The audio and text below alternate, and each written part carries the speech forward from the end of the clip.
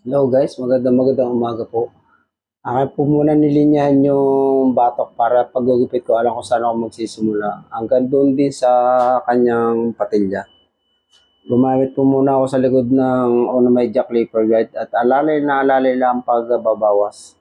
Kasi lago ng kanyang mga tabihan kaya binawasan ko muna ng Onomay Jack Clipper Guide.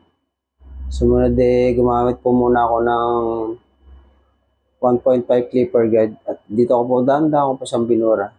Sumunod din nilinya ko yun sa may likod ng tengat para pag-aahitan ko. Kita ko na agad kung saan ako mag-aahit para maganda po yung kanyang likod. Nililinyan ko.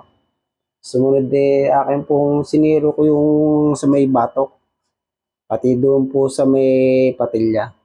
Sumunod binawasan ko po yung labis-labis sa likod. Sumunod sa ibabaw, konti lang din ang bawas. Ito po, nililinis ko na. Dito na po ako magtatapos. Fast forward na po ang ginawa ko para mabilis po, para hindi po mahaba ang oras. Sumunod akin na po inaitin yung sa may likod ng tenga. Tsaka yung sa batok, akin na rin pong nilinis po yung mga balaybong pusa. Sumunod sa lungat ko po ang ahit doon sa likod ng tenga.